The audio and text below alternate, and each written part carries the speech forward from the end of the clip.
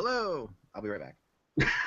Well, while Eck is getting something, why don't we just quickly touch on what happened? I have not seen a crazier ending to a football game than what I watched on Saturday night. Oh, I didn't see anything, so I watched it on Sunday morning. I left that game to go to sleep because I was sleep deprived. And to be honest, I saw those last few big plays, and then part of me was kind of glad I didn't stay up for it, even though they were tremendous moments. Yeah. I was watching hockey. That's what I'm paid to do. Yeah. Well, I have split screen there, Dan, so I can watch. Oh, look at you! Look at you! Yeah. But okay. Aaron Rodgers is one of the best quarterbacks in the league. You know, he does a second Hail Mary in the same year. Incredible. Same type of play. It was a jump ball, and the receiver was in front of the coverage, which I don't know how they allow. You know, you just can't simply send 6 defensive backs into the end zone. You got to make sure that these guys, you know, they drift back into the end zone. That's the tactic now. Right. But only the NFL could potentially screw up a coin flip. Yeah. Really. It's happened before. Yeah, the Jerome Bettis thing. But, I mean, okay, I'm sorry. I know it's a big moment in these referees, but you flip a coin and it stays level? I saw that. Really? I mean... Wait, what happened? Amazing. That was like a... It landed on its side? Like a No. Disney He pancaked it. He flipped it never up. turned. Okay. And it's not an official flip unless it's flipped. Actually. Well, I think the referees now need to go through an hour seminar on coin flipping. I'd be happy to teach them. I'm available. I know how to flip coins. Yeah. No, that was quarters, insane. That whole game was just crazy, and it was. I'm not a football guy, as you know, but I was watching it and just like literally could not stop. And I had my whole family where everybody was into it. It was just I mean, it was insane that they got down and they tied it. To switch gears on, the Patriots game was completely predictable. Like, if you ever watched Andy Reid, you knew he wasn't going to be able to score a touchdown at the half because he wouldn't have enough time, and you knew. Yeah, where I read that book before. Yeah, I know. Yeah, it was very similar to I think it was when the Eagles and the Patriots were in the Super Bowl, where Donovan McNabb threw up on himself. Yeah, I remember that. Yeah. How many bad coaching calls were there though? Like in all these games. I mean, that was the crazy thing. The coach is just making horrible play calls. I mean, pressure will do that. I mean, pressure does it. Here's the funny thing, though. So far, we've seen like 2 good games in the NFL playoffs. That's the problem. Mm-hmm. There haven't been a lot of good games. No, you're right. I'm going to sound horrible here, but I haven't watched any of them. So. No, you're right. I mean, yesterday's game was a good. I mean, yesterday's game turned out to be a better game. Yeah, but the Panthers game was a walkaway. It was a joke. Well, the Panthers played great in the first half. The Seahawks played great in the second half. If we could actually have 2 teams playing at the same time, then we'd actually have something entertaining. But it was a mail-in. It was never in doubt, though. The game was never in doubt.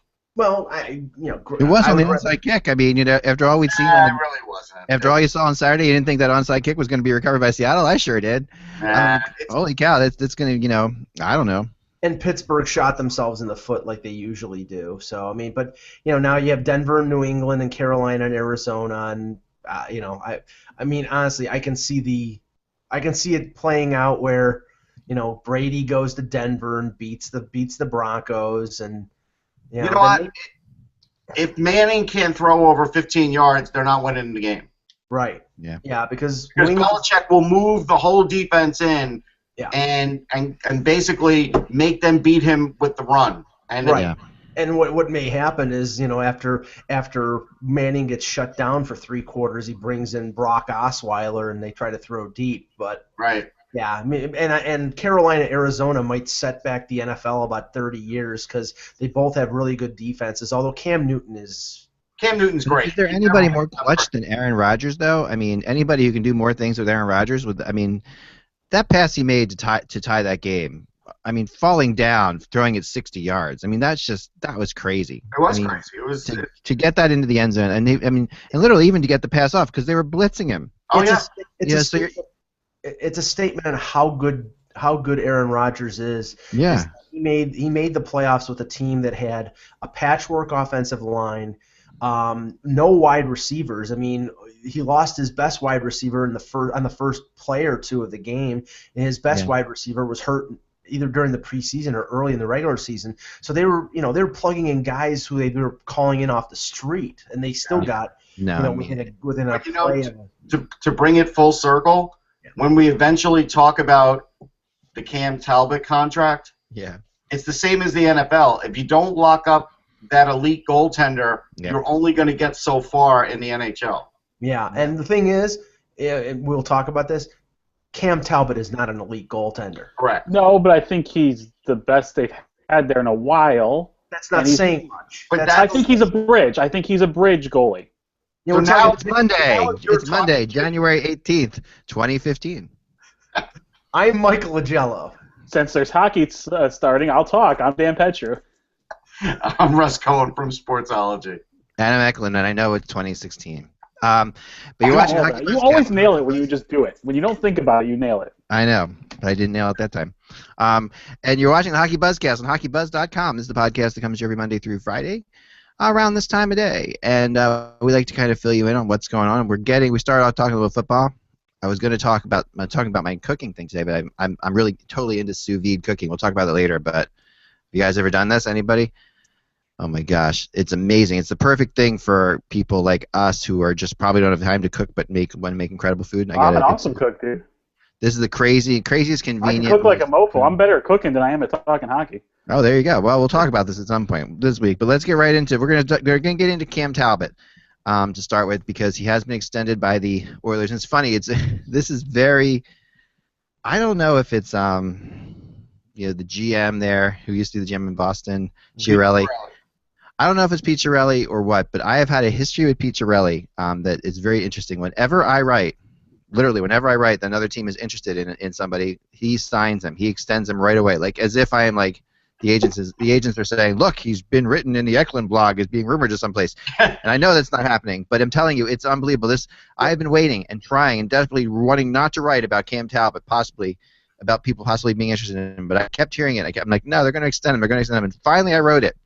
And literally that day, he's extended. Well, I heard him interviewed over the weekend, and he said that the contract talks between him and the Oilers really didn't last very long. They were about a week. So, I mean, maybe up until last week, it was a possibility of him being traded. But, I mean, Russ, you look at his stats. I mean, he's under 500. He's got a decent save percentage for a team that is lacking on defense, and an okay goals against.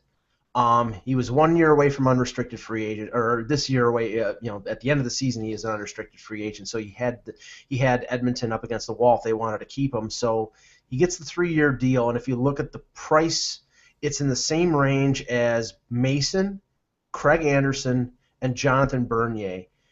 And honestly, I think on that list, he's third or fourth, and I don't think it's a good contract at all. No, I mean, look. He's not like prospect age where you could say, well, he's going to get so much better. Now, he might be prospect game-wise because he hasn't played a lot in the NHL, but that doesn't mean anything to me. The problem here is I always go back to what is the message you're sending the fans? And to me, the message you're sending the fans is what Dan inadvertently said is he's a bridge goalie. Well, now if I'm a fan of the Edmonton Oilers, I can't even hope to get to the deep rounds of the Stanley Cup playoffs for like another 3-4 years. Yeah, and you have no business paying a bridge goalie $4 million. Right. I guess the question to ask is, when was the last time a free agent signed in Edmonton? So if you lose Cam Talbot, and I'm not saying Cam Talbot's great. I'm not. I'm just saying it's hard to sign people to come play there. Well, and if a new arena, it doesn't matter. It's Edmonton. Like Barry Melrose said, it's not the end of the world, but you can see it from there. Yeah, but I've been there. I know what you're saying. It's cold. Dan, it's not like they're devoid of talent in the organization. No, they're not. But they are a few years away. Even if everybody continues to tick up, until the defensemen are ready, they're not going anywhere. Yeah, but that's the tactic, or that's the what's on the general manager. If you can't attract free agents, if they just trade for Travis Hammond, like they'd move that up a lot quicker.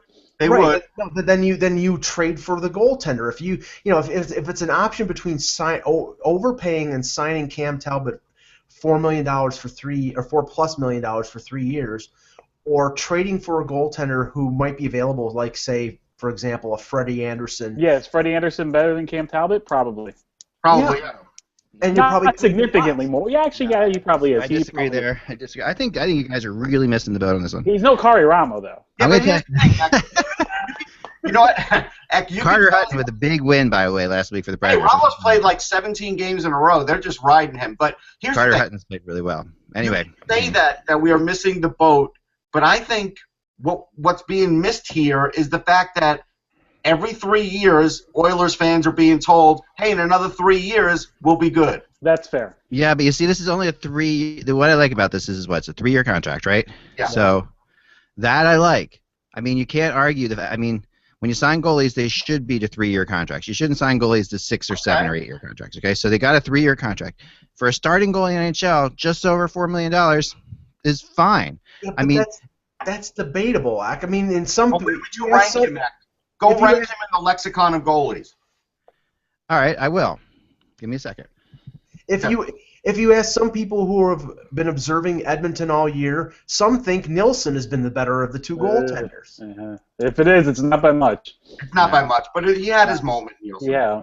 He's not. He might be He might be an NHL backup. Now, if you're taking into consideration what is going to be there on the open market, not restricted free agents, not people in trades, but unrestricted free agents, then maybe it's a good decision by Chiarelli, because I looked at this for my article yesterday, and to me, the Talbot signing means that James Reimer is definitely gone from Toronto, because Reimer's statistics are better, and there's no way the Maple Leafs are signing him for over $4 million. He might be the best goaltender in the market next year. It's Ramo, Hiller, Cam Ward, and James Reimer is your top 4. And honestly, it's not a great market. In terms of age, I think Reimer's age and stats, Reimer's probably the best of those 4. Here's the thing, though. If Edmonton plans to hold on to most all of their young players, by that year 3, some of them are going to be getting new contracts, right? And now are you telling me if Lauren Dressat's ready, you're going to have a $4 million backup?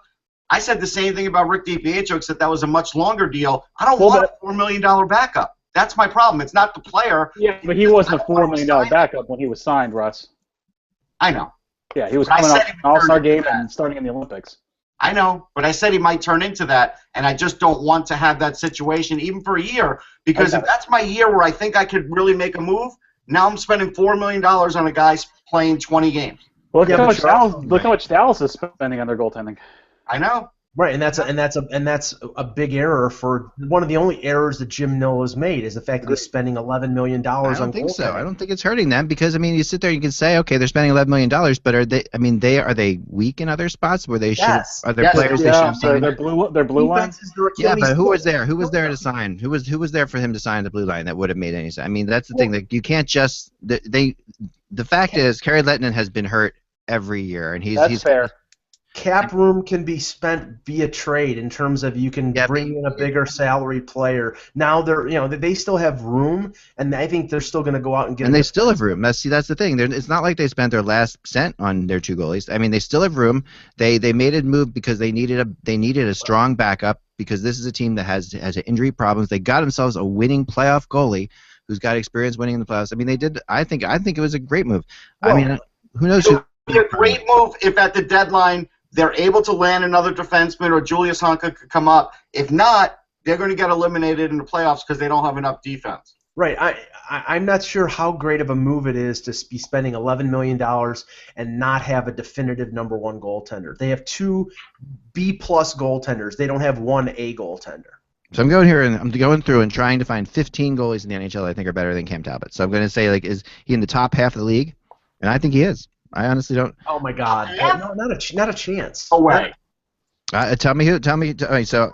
Okay, look, Atlantic Division. Let's play it. Is he better? Is he better than? No. Wait, oh shit! I'm sorry. I got the dogs are going crazy. 1 second. Okay. We'll play the game. We'll play with it. Go ahead. Yeah. You ask the question, Mike, and we'll answer yes or no. 15 goalies better than Cam Talbot. Yes. Atlantic Division. Carey Price. No. 1. Tuukka Rask. Better. Peter Mrazek. Better. Better. Ben Bishop. Better. Okay, Ottawa. Craig Anderson. Not better. He's a little bit better. I don't think he is. He's got a lot of playoff experience. It's close. That one's close. I think it's about even with Bernier, and I think Reimer might be a little bit better, but We'll say it's a I draw. think Talbot's better than Bernier too, in my opinion. okay. Yeah, he's probably Yes. better than Bernier. Yes, I've been listening. So We got 2 so far. You got 2. One and a No, half. we We got got 1.5. five. 1.5. 5 so far, Okay. and that's in one division. 5. Go ahead. Okay, 5. Yeah, he's not better than. Okay. All right, so let's go Metro. Wait, you didn't say Corey Schneider. Oh, wait, Schneider's much Well, better. that's the Metro. Metro. No, but you didn't. Okay. So Correct. what are the 5 goalies in the Metro? No, we We got just five goalies in the Atlantic: Bishop, Price, Rask, Mrazek, and Craig Anderson. Are Craig all- Anderson. I said no on Craig Anderson. Listen, Yeah, Craig that's Anderson the is a bit. I lot mean, I'm more talking about playoff- obviously better than. Like that you would if you were picking a team All right, now, would you obviously pick better. I won't say obviously better. That's would you fine. pick Cam Talbot over Craig Anderson if you were picking I'm a taking team? Craig Anderson. Fine. I'm taking Craig Anderson. I would take Cam Talbot. I would take Cam Talbot. So he doesn't count. So okay, right now 4. Steve Mason. Better. That's Yes. Yes. Lundqvist. That's 6. Better. Of course, yeah. Mhm. Schneider. That's 7. Right. Better. Bobrovsky. Better. Hurt all the freaking time. I don't He's know. hurt all the But time. he's Yeah, not best he enough. is. He's better. When he's healthy, so When he's when healthy, he's healthy yes, for of 30 course. games a year, yes, he's better. That's 8. Halak. Better. 9. Halak's better than Cam Talbot. Yeah. I don't think he's better than Cam Ward. Who am I don't know. I think he might be better than Cam. Oh, he's Ward. better than Cam Ward. No. Better than Cam I don't think Cam Ward is better than Okay, him. there you go. All Thank right, you. so we're at 3. Braden Holtby. Definitely. Better. That's 10 right there. And No, we that's haven't. 4. That's 4 in that division, 4 in the other division. That's 8 altogether. No, I thought it was. That's 9. fine. Just give him 8. Keep going. Yeah. Okay, let's go to the west. Central. West. You got to find Central. Central West. Jake Allen, Okay, Better. Corey Crawford, Better. Better. of course. Devin Dubnyk, Better. Pekka Rinne. Better. That's 12. Right. Okay, let's see who else. I don't think Hollebuck is better yet, but I think No. he will be. Let's see. Varlamov. No. Oh, We'll give come him on. Varlamov. Keep going. That's fine. We'll give him Varlamov even though he's wrong. But go ahead. Totally Right. inconsistent. Totally. Okay, who am I missing in that division? Chicago, St. Louis, You got 'em all. Dallas. So you got them all. Dallas. Next division. Dallas. No. Is Niemi or Lettinen better than? I think they're in the same boat. I think they're in the same boat. Give I them do that. too. We'll give him that one. We're at 12. You're 12. Yes, you are. Jonathan Quick, Better. Yes, 13. John Gibson. Better. Better. Come on.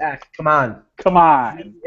He's maybe Very 6. very small sample size, but yep, go ahead. Mhm. Talbot has a small sample size. I know they both have small sample sizes. Go ahead. Ryan Miller, Better. Better. Martin Jones. No. No. No, we'll give him Martin Jones. Marty Jones. You're at 14. I'm at 15. I think we're at 15 actually. All All right, so you're at 15. We were at 12 and we named 3. And Okay, we sure. didn't count somebody. No one in Calgary. No, Kari Ramos better than Cam Talbot. No. I mean, I can make that argument. He is. Face No. it. See what I did there? I saw what you did there. So you're at 15, roughly half the league. Yeah. And I said he's roughly as good as half the goalie. I mean, it's in the you're in the. I mean, I prove it, and I still lose the all argument. right. So now you picked 15 goalies, okay, who are better than Cam Talbot. That we all kind of agree are better than Cam Talbot. Okay, now you are looking at put Cam Talbot at roughly in the 16 area. I mean, there's a bunch of goalies that are all the same. 16 through 20. 16 through 20 in that area somewhere, right? Okay, that's fine. Which to me it means he's a middle of the road average goaltender, and that means $4 million is vastly being overpaid. No, that means $4 million is exactly right, and 3 years is exactly right. I think this is exactly right, the exact right contract. I mean, it's not like a $6 million over 6-year contract. This is not Bobrovsky's contract. No. This is like, this is the right amount of money. He's definitely a starting goaltender. which Edmonton has a star. He's a first line goaltender. I mean, you can argue and sit there and say he hasn't proven it yet, but there's a lot of guys on that list that we talked about that haven't necessarily proven it yet. So you can sit there and say, but he's roughly about the halfway point of goalies. He's not in the bottom 10. He's not. He's roughly in the halfway point. He's in the bottom half. He's the clearly problem is when Edmonton gets ready and they're in the playoffs. Who are you going to put Cam Talbot against that you feel he's going to even get out of the first round? Right. Kari Ramo. That's probably true. Yes. No, but is he going? But with that offense, what that offense should be, is he going to be? They don't need Carey Price. They'll still need a goalie, a better. They do need a goalie. Unless that defense gets better, they're going to need a goalie. Yeah, they exactly. need a goalie, but they should. I mean, they need a goalie who's going to make big saves for them. Right. And that doesn't mean an average goalie. Eck. He's not not like a great athletic goalie like a Mrazek. You saw the athleticism in him. That doesn't exist in Cam Talbot. Cam Talbot's a really good, sound, positional goalie. That's what he is. Right. He's a good goaltender in a defensive system like he was with the Rangers. That's very fair. Who covered up for his shortcomings. Look at the next year. Look at the goalies who are available next year. Well, that's what I was just mentioning that because I wrote something yesterday. I mean, yes, the restricted free agent market and unrestricted free agent market are not really chock full of goaltenders. I mean, James Reimer might be the best one. It's Reimer, Cam Ward, and the two Calgary goaltenders. And none of those guys are in Cam Talbot's league. So I mean, in my mind, Cam Talbot's better than them. So when you're looking at what you're doing, you're signing a goalie for 3 years. So that's 1 year right there that you know that he's the best goalie you could have gotten going into next year. Yeah, Only into next year. After that, no way. Right. Well, after that, you don't know. I mean, after that, you only have 2 years left on his contract. So. Yeah, but the 2 years is a lot, Ak. I mean. No, I think he becomes a little more movable with 2 years. If you eat a little money, if you had to, you eat a little money.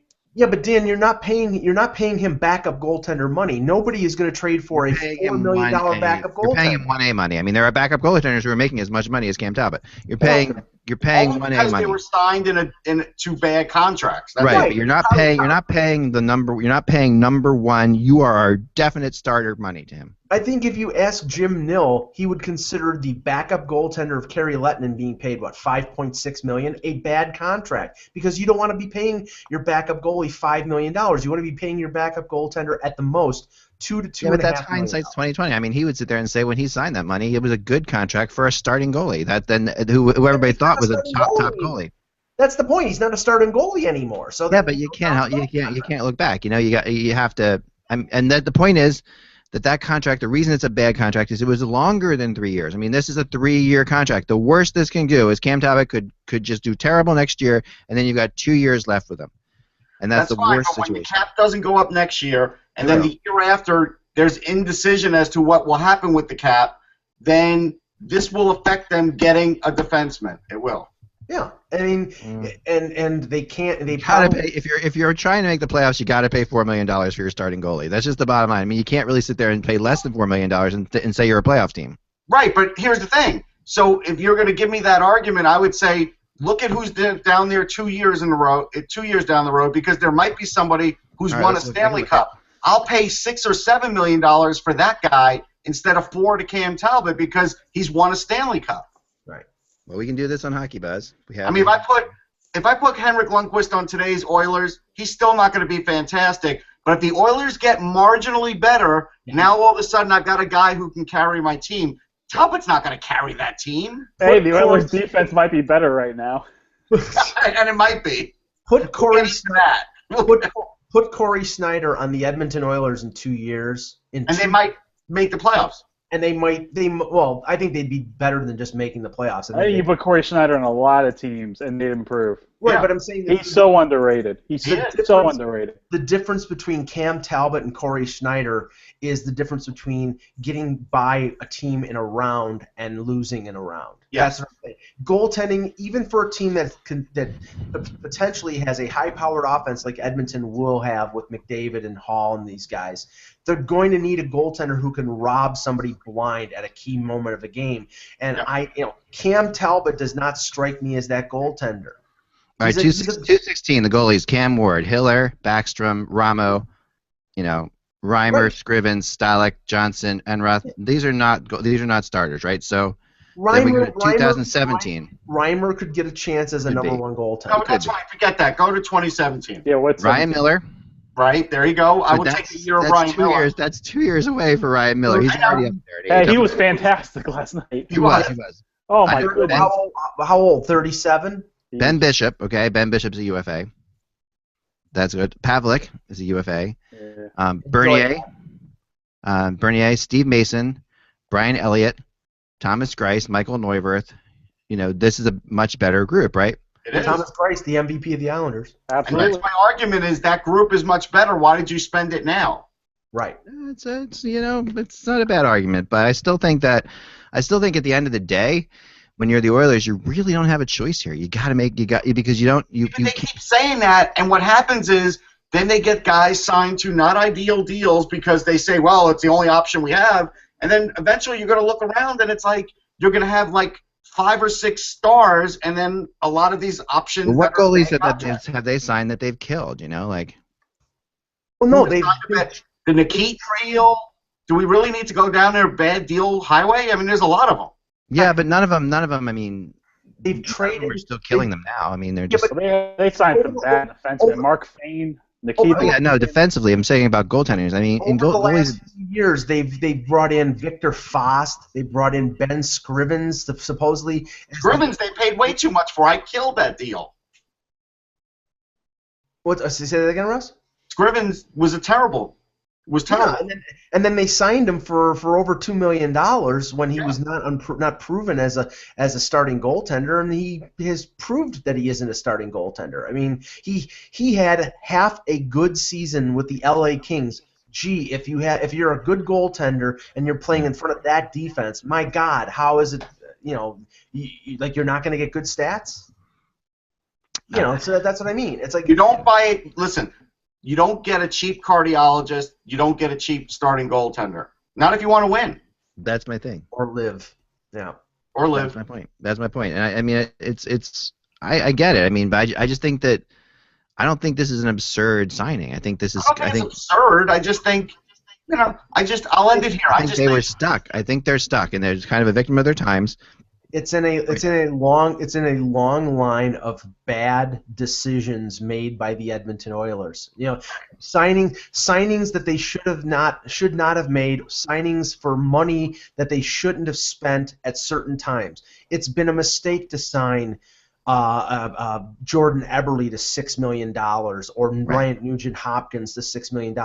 They, even with new management with Chiarelli, with Bob Nicholson, they still, they make the Clefbaum signing without not even a total of a year of proof that he's a. I mean, I know that the signs are encouraging, but you don't go out and sign somebody to a multi-year deal for the money that they signed him without being 100% sure that he's going to be a top pairing or top 2 pairing defenseman. And we don't know whether Clefbaum is going to be that yet. So I agree. He should be a top 4 though.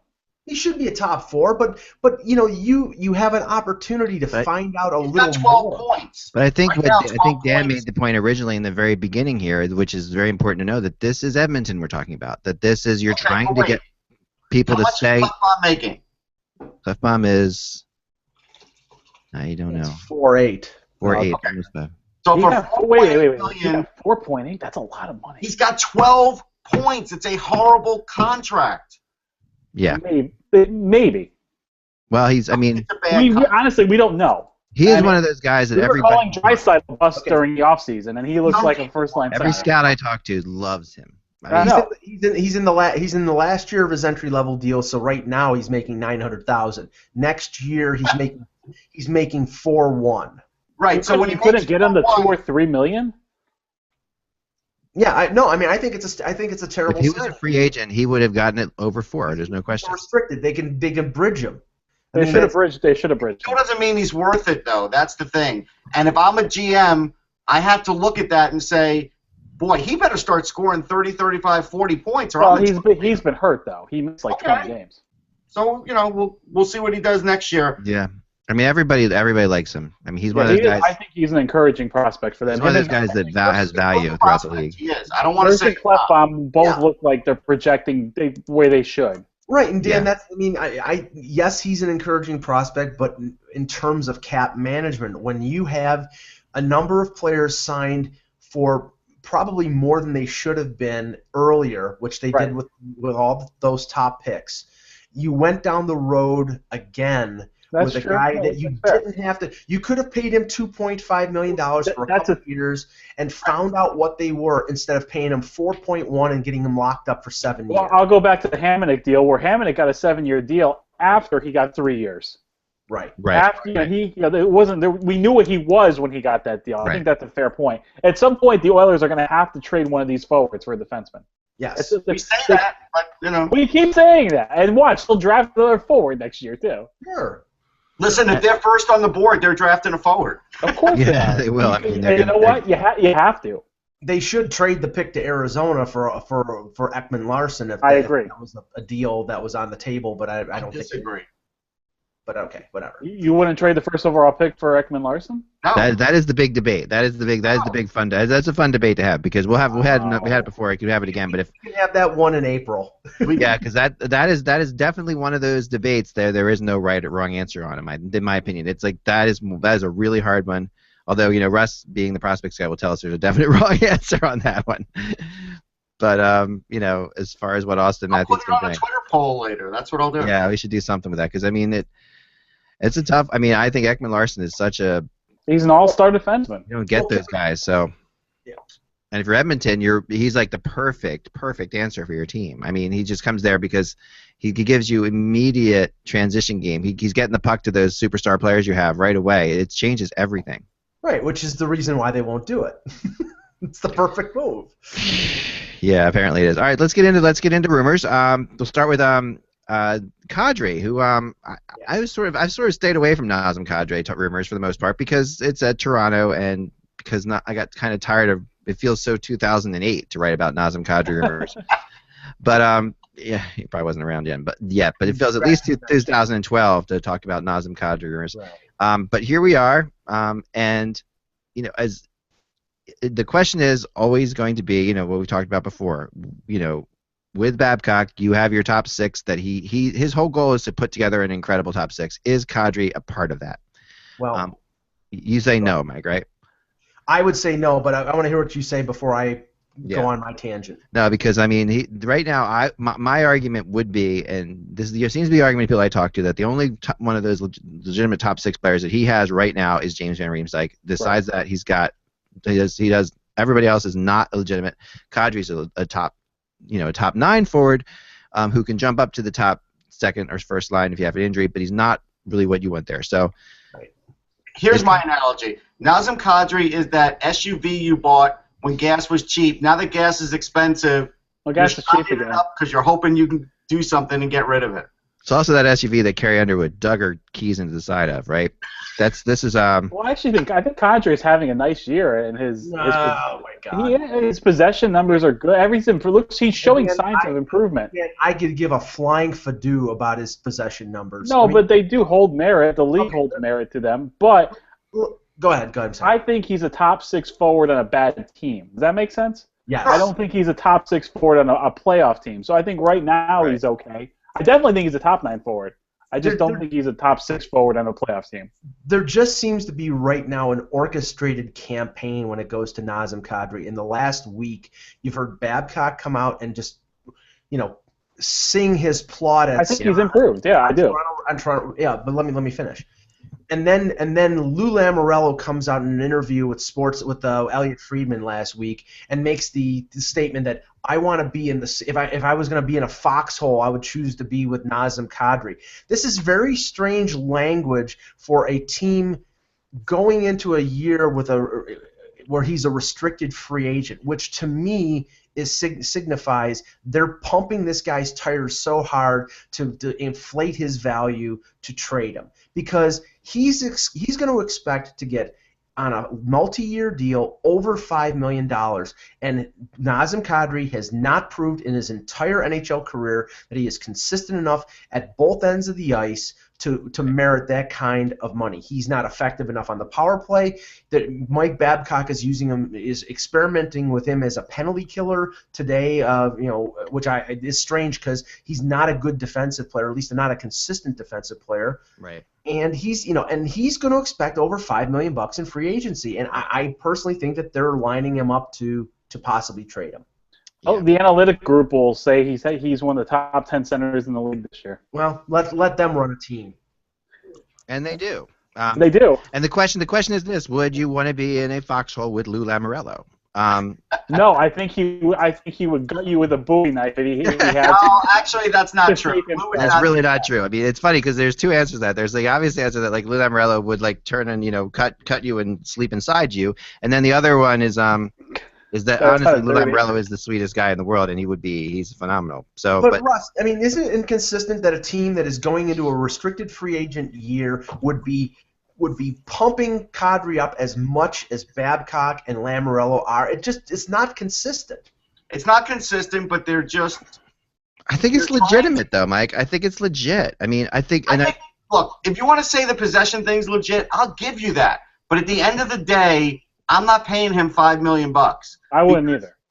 Here's what I think. Here's why I think they're pumping up Nazem Kadri, and I don't think it's as conspiracy theorist as you do, Mike. And I do think they could trade him though, but I think that what they're doing is they're looking at a guy who's not unlike a lot of the guys that they have, who came in with question marks and actually has done what they've asked him to do. He actually has performed well, and they're trying to praise him around for the other players here. That here's a guy who could have gone the wrong way. Everybody was like, which way is Kadri going to go? He's gone the right way, and I think that, and he's done the right things. And I think that that's legitimately what Lou. I don't think Lou Lamoriello talks up guys to trade him. That's not Lou's MO. I would disagree with that a little bit. Really? All right.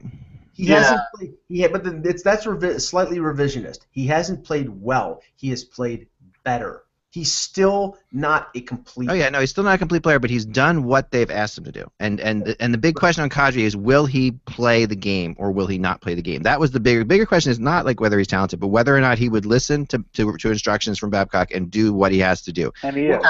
So at the end of the day, do you pay $5 million for a guy with good possession numbers and 45 points? No. I'm not.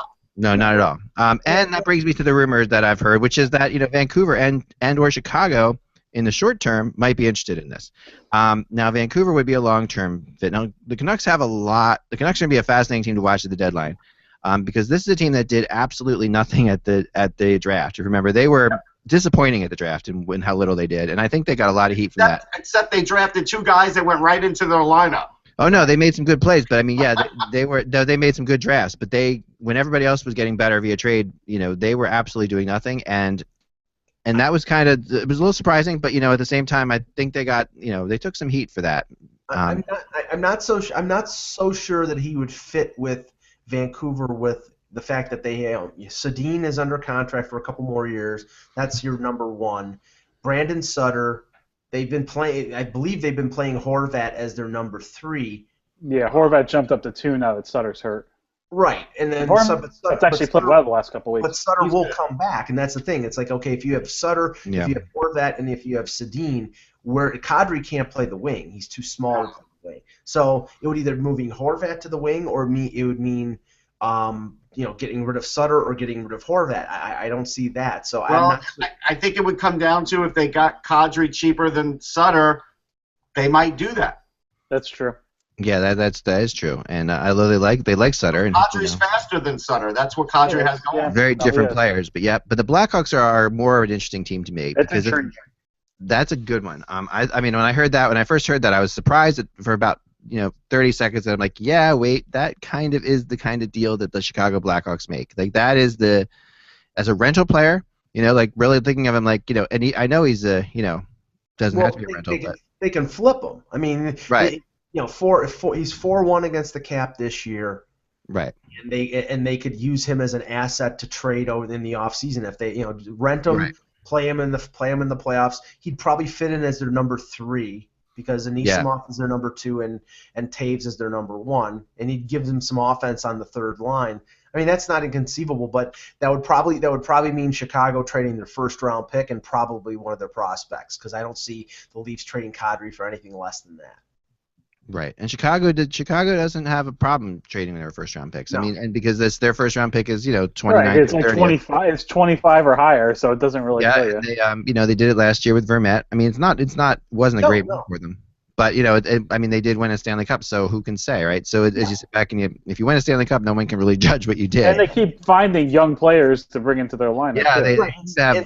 And Stan Bowman can go out and find his Panarins and Van Riemsdyk on the open market for nothing. So. Yeah, he's somehow found. He's got a magic bag of beans, that one. But yeah, it's pretty. What he's been doing there has been pretty crazy. So Kadri's someone to watch. The Drouin update. Here's my theory on this. Because remember last week I kept saying everybody was so much into this being imminent. And I just kept saying I'm not hearing the same thing. Well, I think that's because Alan Walsh doesn't talk to me. I think that's the difference. Because honestly, the more people I talk to, the more Alan Walsh was saying basically, this could get done pretty quickly. And Alan Walsh and I don't get along for reasons that we'll discuss at another time in my memoirs years from now. But can I write a foreword to your memoirs? Yes. Yes. Years from now, I will tell you the unbelievable story of Alan Walsh that will absolutely. I know Mike knows it, and you probably know it too, Russ. But I don't know it, but that's okay. Yeah. I'll share with you after the show. There is an unbelievable story about this guy that you understand why I was proactively blocked before I even could follow him on Twitter. But anyway, so yeah, but I think that's what was going on because I don't think Drouin's going anywhere fast. The only team that seems to be St. Louis now is because of all the injuries they have are really afraid to do anything. That's been pretty obvious. They really have so many players hurt. Shattenkirk, despite the fact that I know some of my buddies out there who think that they'd rather trade Peter Angelo or Bouwmeester, Shattenkirk's the guy they seem to want to move. Really? Now I've seen with Blues fans, there's a lot of Blues fans that feel that way about Shattenkirk, that they want him to be the one that they keep, and they'd rather get rid of the other two. Well, I'll ask Russ to see if there's any connection to this, but I know playing in the American Hockey League and what you do in a limited window is sort of mitigated as a factor. But after the 2 goals he scored in the first period of that first game, I think he's gone now 4 or 5 games without a point. No, I think he's got 3 points in 6 games, I heard. Okay, so maybe he got an assist, but At 1 point in the last 5 games. Yeah, 1 point in the last 5 games. So that's for somebody who was a 3rd pick overall, and I know he's coming back from an injury, but I think observers would have expected a little more production out of him, and maybe if he had been producing at the level that a lot of people thought, maybe the Führer for a deal would have had it would have made it happen. I think right now Yzerman is not getting the offers that he thought he was going to get for him. So it might wait until the off season. I don't know if that's the reason. I don't think, again, with the way scouting is and the way these guys know prospects inside and out, I guarantee you 22 of the scouts, even if you told me he had 2 points in 12 games, would still want Jonathan Drouin because there's so many other factors that it would take 10 minutes to go through to say, well, this is maybe why. Yeah. To me, there's the simple reason this isn't happening is this. Any team who has Stanley Cup hope and potential has their top 6 pretty much set up. Right. So they're looking, and you're looking at Drouin as he's a down-the-line addition. He's something that's going to be in your top 6 2 years from now. And so you can make a trade at the draft for him was a whole lot different than trying to make a trade now where your team is sort of where it is, Russ. But, like, Palat and Johnson just came off of injury. And so if I'm Steve Yzerman, I'm thinking Tyler Johnson is getting hurt a lot now in the last couple of years. Should I really be trading Drouin when he might have to be his replacement if he gets hurt down the stretch? Right. So why? So for Yzerman, it makes sense. It makes sense for everybody to wait. It does. I have a question for you guys because it's been tossed around, and I don't know what the answer is. So I'm going to ask you guys. I want your input. Would you trade Drouin for Ryan Strome? No. I personally wouldn't. If you're Tampa. Yeah, I wouldn't if I was Tampa. You would rank Drouin higher than Strome? I would rank him higher than Strome. They're similar players. They are. The problem is that I think Drouin's got more goal-scoring ability than Ryan Strome, and they're equal speed. Strome is definitely a high-skill guy. They're both slight of frame, so there's a lot of things that match up. But I just think Drouin's innate goal-scoring ability is better than Strome. Mm-hmm. Yeah, I think it's sort of the unknown commodity as compared to the known commodity. I don't know if Right. Strome's a known commodity I yet. don't know if he's known. He's in the middle. He's Yeah. more known. He's played for 2 years. Okay. There's an idea of what he could be. Whereas Drouin has been played on the third and fourth line. He's not been given a lot of rope by John Cooper. There's an unknown commodity factor when it comes to Drouin, and I think So I mean, I personally think that it's more likely if he gets traded before February 29th, it's not to a contending team, it's to a team that's going through either a rebuild or whatever, because he's a future player. He's a guy that 3-4 years down the line you're going to benefit from what he is. And a team right now who's contending like a Dallas or a Washington, I don't think that they're going to waste their assets to add a guy who's a future prospect. They're going to waste their assets on players that can help them win here and now. Yeah, that I agree with. That's why I think the draft. I think the draft is where Jonathan Drouin's going to get moved. It makes more sense. I don't think it's going to happen before that, because it doesn't make sense for the Lightning to do it beforehand, like you said, Russ, and it doesn't make sense for the other teams to really do it beforehand. I mean, unless it is somebody like Arizona or somebody like that, but who is looking down the line, but still in the playoffs. So Arizona, I mean, they're still in the playoff hunt. Whether they'll be in the playoffs or not is a good question, but. Yeah, I think that the only question that you have to ask yourself is, at what point does Jonathan Drouin's value actually start to fall?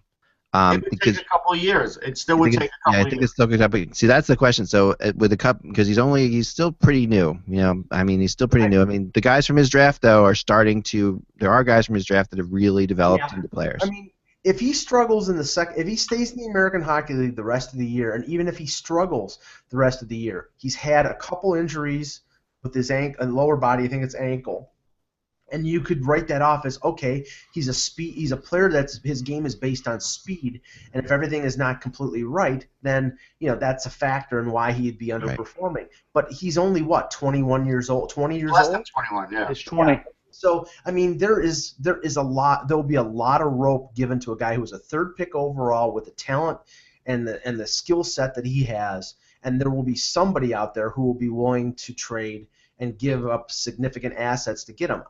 Like I just said, I think that's more less a deadline deal and more of a draft.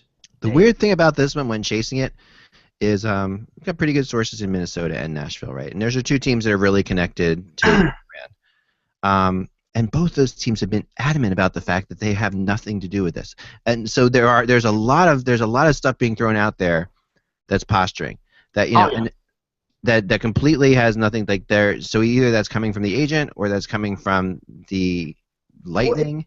Well, it doesn't fit where Nashville's going. I mean, Nashville. I mean, they get Johansson, and I think that they're set up right now to probably acquire 2 or 3 rental players at the deadline, because they've got the cap room. It's not going to affect them next year, and they're going for it. They've got and they are. That's exactly right. So they're not. This is not. Does Minnesota have the prospects to make them trade? They have young players. I mean, they have Zucker, they have Coyle. They could make a deal work, and those are players who could help Tampa Bay. I wouldn't trade either of those. I don't think they would trade either of those players for Jonathan. Here's my thing. Because I was looking at it. So we heard these same things about JVR. He was ranked, he was drafted second, yada, yada. By the time he was 22, he finally scored 15 goals with the Flyers. But even then, we heard, hey, it's only 35 points. JVR still got really good value on the open trade market, and he's worth a lot now. Yeah. No, that's true. What happened for Drouin? Yeah. No, that's a very good comparison. The only difference I would say is that JVR had moments at the NHL level where he dominated, where you haven't seen that yet with Drouin. You haven't seen, you eventually will with all these young, as you know, the young players who dominate in juniors eventually dominate at the NHL. It's just a matter of when they do. You saw JVR do that a little bit with the Flyers in the playoffs, especially, where JVR was their best player on the ice for a couple series there, and he just really was crazy good, and that was the big. But yeah, I think it's very similar in terms of the fact that there were people who were still questioning JVR big time, like they're questioning Drouin. And in a lot of the same ways, are they mentally tough enough to do it? You hear that too. Like, is this guy willing to go to the tough places to score goals? That was a big JVR thing, and then now JVR scores a lot of his goals from the crease. It's like that's where he scores from. But back then that was a big deal. Stamkos, I'm telling you, keep an eye out on Detroit. It's like it doesn't. I'm not saying it's going to happen before. I don't think it's going to happen before the draft either on this one, but I really think that of all the teams that have the right assets and then the connection with Yzerman and Holland is very real. And this and they really like Stamkos in Detroit. And Kevin last week intimated a couple things as well about this, and it's been something that I've heard more and more and more. I do think the Leafs are going to be in on Stamkos, obviously, and I do think the Islanders will be on Stamkos as well. But that's well, the Leafs won't be in on Stamkos in a trade before. No, but as a UFA, yeah. All right, but here, let me ask you this: Ken Holland's not been known to be like a roll the dice gambler. If Stamkos is available, is he really going to trade someone like Dylan Larkin to get Stamkos to possibly lose him? No way. Not Dylan Larkin, no. But he might trade a Nyquist or a Tatar. Right, an Anthony Mantha. Anthony Mantha, maybe. Yeah. There's a lot of other prospects, yeah, but Dylan Larkin's not going anywhere at all. I mean, he's an amazing player, and they realize that. I mean, he's. But the thing is that kind of deal. That's not a deal that I think Yzerman makes. I mean, because it's like, I mean. That's a deal he makes for his rights, Mike. I mean, that's my. You're looking at a rights. You're looking at a rights trade. You're not looking at you're looking at the point where he's gonna lose him. He can't sign him. He's done. Right. And Detroit comes in and blows him away with a rights trade. That's something I could see happen because there are some players on the Red Wings that the Red Wings have that they've been highly touting. Right. That we really don't know what they honestly think of them. And that's where I think that's why I've been saying for weeks that at the draft or before the draft when the negotiating rights take place, that if there is interest with Stamkos in Toronto, that Toronto will trade a Kadri, a Jake Gardiner, or whatever to get him because it accomplishes two things. You get the rights and you clear salary. So I mean. They're not paying. Nyquist is not being paid a ton right now. Mantha's still on his entry-level deal, so it makes sense for Holland. It makes just as much sense for Toronto if they want to go that direction. I wanted to end with Eric Staal today because I got into him on my rumor chart as well, and the growing rumor about the Islanders, and it's funny because I didn't even realize until I posted this today that I guess Larry Brooks also wrote about the Islanders and Eric Staal. He writes these articles. He writes these articles. He's not in touch with the team. He covers the Rangers, and he just says they should do this, this, and this, and it's that easy. And let's tie a bow, and it's that easy to make. Remember, Larry once wrote an article that Mario Lemieux is going to sell the team so that he could be traded to the Rangers. I don't know if you remember that, but he did. He wrote that. Yeah, I do. Yeah, I'm not disrespecting his work, but it's not as easy as that article makes it seem. Yeah.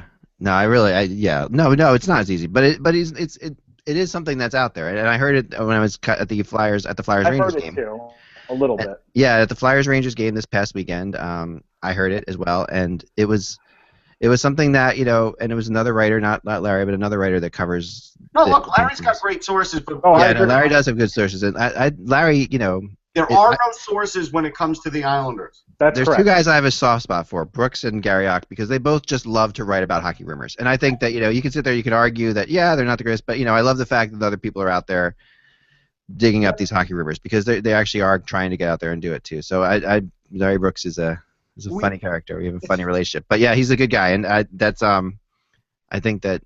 But anyway, let's move on. Eric Staal was the Islanders and the Penguins. Okay. Yeah. Really, the Penguins? Really?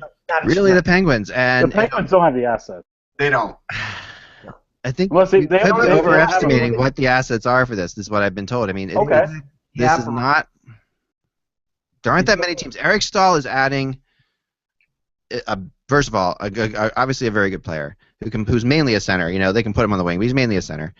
But the other thing is that his salary is high. You can say Carolina's going to take some of his money, and I do agree that that's going to happen. But at the same time, adding Eric Staal, there's a lot of teams that won't touch it with a 10-foot pole because he's such a big time player that comes in there. He really changes your locker room around. He does a lot of things to your team. He's a captain. This guy has been the king of the hill for a long time in Carolina. This reminds me a lot of Kevin Dineen when Kevin Dineen was traded to the Flyers from Hartford. Where this guy there was a person who was Kevin Dineen. Here's the funny thing. Kevin Dineen meant a lot to fans. I get that. Yeah. Eric Staal is a proven Stanley Cup winner who also means a lot to fans. If the Carolina fan base sees that they get like Derek Pouliot and a second-round pick, they are going to be livid. Right. Especially with the fact that in the last 3 weeks, this team has started winning and has climbed to within, I think, 2 or 3 points of the playoffs. They're overachieving. Nobody expected that. I predicted them to be in the bottom 4 of the league, and I expected them to trade Staal, around this time, maybe in the next couple weeks. But the question is, will they do that if they remain competitive? They might have to. They might have to trade him and John Michael Lyles, who's having a good year before becoming an unrestricted free agent. But if they're competitive, if they're in it, I don't know whether Ron Francis can make this move. I agree. I just think from the Islanders' perspective, they need a winger, and if I know Staal can play wing, but they need a winger, not someone who can play wing or plays it occasionally. And they have so many centers. I just think Tavares needs a bona fide winger. Now, if Staal can do that and create some space for him and they can play together, that's great. But here's the thing: if Josh Bailey or someone's in the deal, then you could take Eric Staal. Oh, absolutely. I would carry Josh Bailey on my back to Carolina. I want to tell people quickly that so far on the Twitter poll, it's 60-40 that they would take Oliver Ekman-Larsson, but that's Twitter. Like I knew. Wait! No! You said we'll put it on Twitter. Like you knew you were going to win that. I thought it would be fun, but now that you're losing, you're like, oh, it's Twitter. I didn't think Twitter would vote in my favor. Let's put it that way. Well, all the things that X said about Eric Staal, isn't that something that the Montreal Canadiens need right now? It is. Because that team It's something the Islanders need too. Yeah, that team is an 18, to use a well-known Toronto analogy. They're an 18-wheeler going off the cliff. I have heard that, and I'm not one to report rumors of coaches getting fired, so I'll stop there. It's Carey Price. No, that Montreal situation is a mess, and it is a mess right now. It's Carey Price. They don't have Carey Price. More than that, though. It's more than that. But it is more than that. We have to say this, Mike. We have to be fair. Yeah, they've got more talent. There are other teams that lose their main goalie, and the coach still has to sort of pick up the slack. Right. I'll go back to my Winter Classic article that I did on Michel Therrien, where he was making excuses, and in the locker room of the Montreal Canadiens, it says no excuses. I do think he's under the gun a little bit. I do. That was classic, Russ. I'll give you that. That's a good one. I mean, and honestly, that is Michel Therrien. I mean, it is. He's either blaming his players or he's making excuses. It's one of the two, and it's just like it's one of these. His way of coaching is to make the team hate him, and it doesn't work in certain situations. And the bottom line is, it works to a degree for a while, and then it doesn't. And to give him the kind of extension they gave him was insanity. I mean, it sounds like right now, without Price in the mix, without Price to save them, that it's become a circular firing squad with Subban and Pacioretty and a lot of internal strife in the locker room, and this whole thing with Galchenyuk and Smith-Pelly. I mean, honestly, but like I've said for a couple years, this team without Carey Price is a 500 team, and even I was wrong because they're 4-15-1 in their last 20. That's how bad they're not as good as they were in the beginning of the year. They're not as bad as they are now. At the end of the day, that's why this team is. I mean, this team is. I think they're better than a 500 team, but I think that they only slightly. I mean, and that's so when you're talking about only slightly better than a 500 team, you're talking about 2/3 or more of the teams in the NHL. You're talking about every team basically is the same, right? Basically, every team's around. NHL 500, if you want to call it NHL 500, which is always the craziest thing in the world to me. Like to look at I always combine the overtime losses and how many teams really are 500. You know what? Here's the thing that maybe it's a coaching philosophy. So 3 years ago, Subban took 204 shots. Last year, 170. This year, 125. He's more on last year's pace, but now he's not getting the points. He's got to shoot around 200 times a year, I think, to get his 15 goals that they desperately need because they don't have a ton of goal scorers. And that's a coach. The coach has to tell him and pound that into him that you've got to be the main guy. And he's got to tell everybody on the power play, Subban's taking the shot. You guys be around the net. I couldn't agree with you more. And but PK is not a selfish player. He won't make that call on his own. He is. I mean, what's happened with PK is he really is a forward-playing defense. That's his. He really is. He is their best offensive threat as well. But what happens when they don't have a goaltender is he's got to play defense. So when he's got to play defense, they lose their best offensive threat. That's the bottom line, and then they've lost it. And Thomas Plekanec, I think, has scored 2 goals in 29 games. That's not good. I mean, they're not. The other aspects of their game all have to be better and make up the difference when Price is not there and they're failing miserably.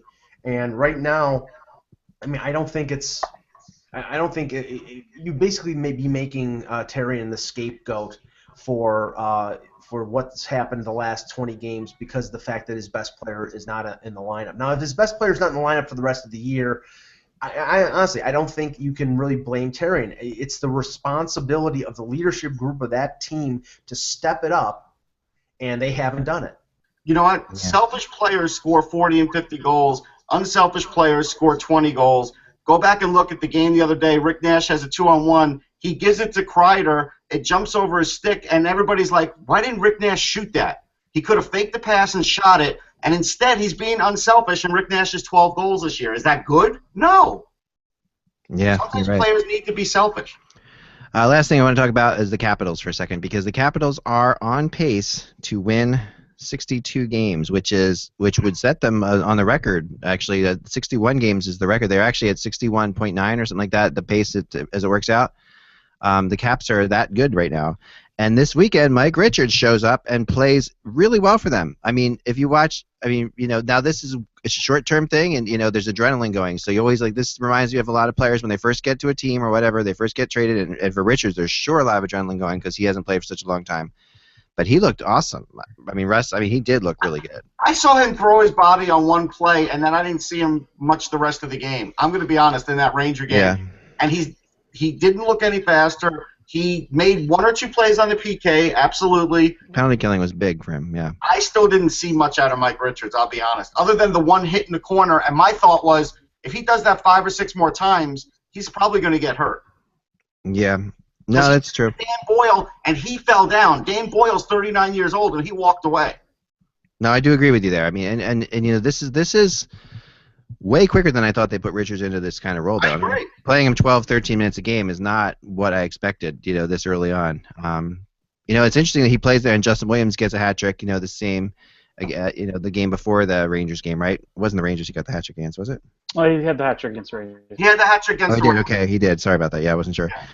I mean, I definitely think the two of them are up. I definitely, from everybody I've talked to, it's making Richards a lot more comfortable to having Justin Williams there, and he's getting his confidence quickly. This Caps team, I mean, it's looking like a brilliant move. Is good.